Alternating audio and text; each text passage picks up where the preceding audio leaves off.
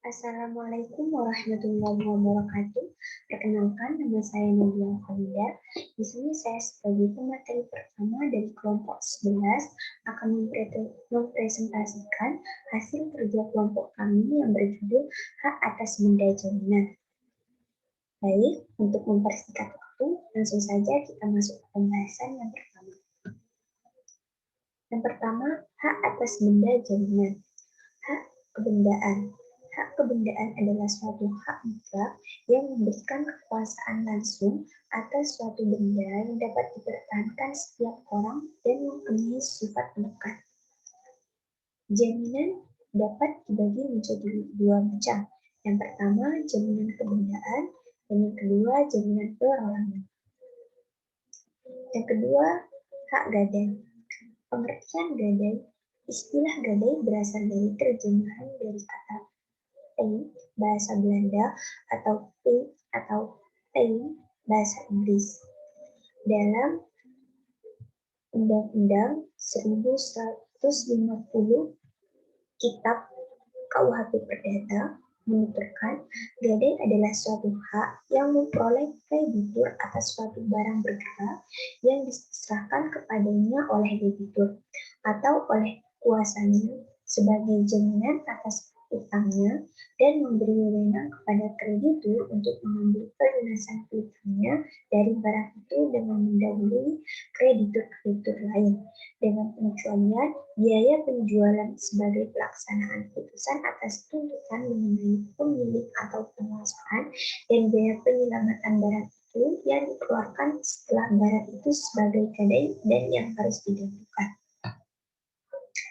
Dasar hukum gadai. Pasal 150 KUHP Perdata sampai dengan pasal 1190 buku 2 KUHP Perdata.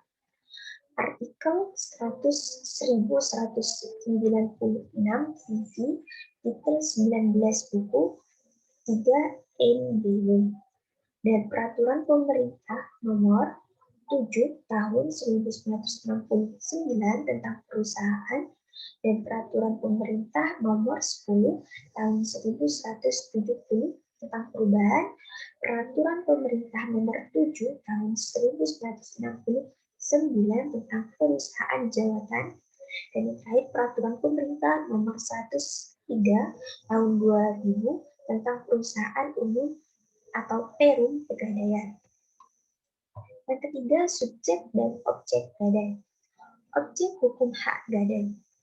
Barang-barang yang pada umumnya dapat diterima sebagai jaminan kredit gadai oleh Perum Pegadaian diantaranya yang pertama, barang-barang perhiasan. Contohnya seperti emas, perak, intan, berlian, mutiara, platina, arloji, dan jam.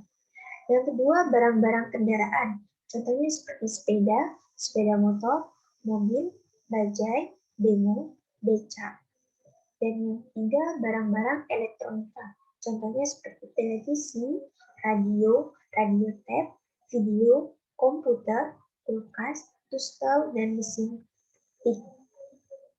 Yang keempat adalah barang-barang mesin. Contohnya seperti mesin jahit, mesin kapal, dan mesin motor. Dan yang kelima, barang-barang perkakas rumah tangga. Contohnya barang tekstil dan barang pecah belah. Sedangkan subjek hukum hak gadai yaitu subjek gadai terdiri atas dua pihak, yaitu pemberi gadai atau page-haver dan penerima gadai atau page-giver. Page-haver adalah orang atau badan hukum yang memberikan jaminan dalam bentuk benda bergerak selaku gadai kepada penerima gadai untuk pinjaman uang yang diberikan kepadanya atau pihak ketiga. Dan yang terakhir adalah sebab-sebab hapusnya gadai.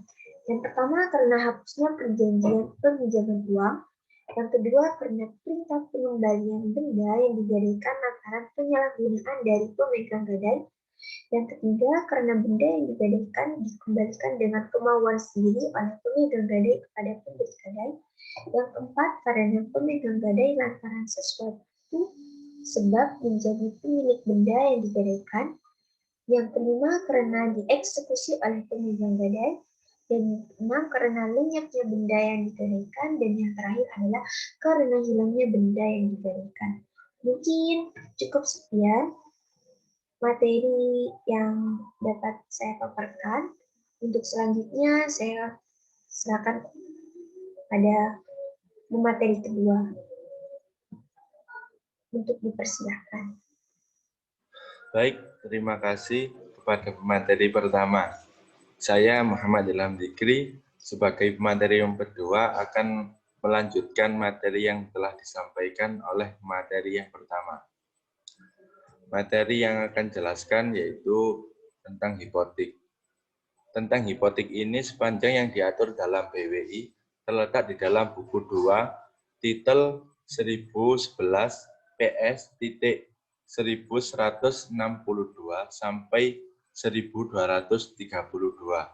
Namun sebagaimana telah dikemukakan dengan berlakunya UU PA, maka ketentuan di dalam buku 2 BWI sepanjang mengenai bumi, air serta kekayaan yang terkandung di dalamnya dinyatakan tidak berlaku lagi, kecuali ketentuan-ketentuan mengenai hipotek. Secara garis besar dapat dikatakan sepanjang ketentuan dalam buku 2 tersebut mengatur tentang hak dan kewajiban pemberi dan pemegang hipotek, asas-asas hipotek, maka ketentuan-ketentuan itu masih berlaku. Beberapa sifat yang terdapat dalam hipotek adalah 1. Sifat konvensional. 2. Sifat tidak dapat dibagi. 3. Sifat tetap melekat pada bendanya. 4. Sifat mudah dieksekusi. 5. Sifat didahulukan. 6. Sifat aksesorir. 7. Bersifat sebagai jaminan. Secara umum dapat dikatakan bahwa yang merupakan asas-asas hipotek adalah 1. Terbuka untuk umum. 2. Asas spesifikasi. Artinya bahwa hipotek hanya dapat dibebankan atas benda-benda yang ditunjuk secara khusus berupa apa, berapa luas, berapa besar, jumlah, ukuran, di mana letaknya atau batas-batasnya, dan lain sebagainya. Metode analisis kasus hak milik penguasaan benda. 1. Hukum premier.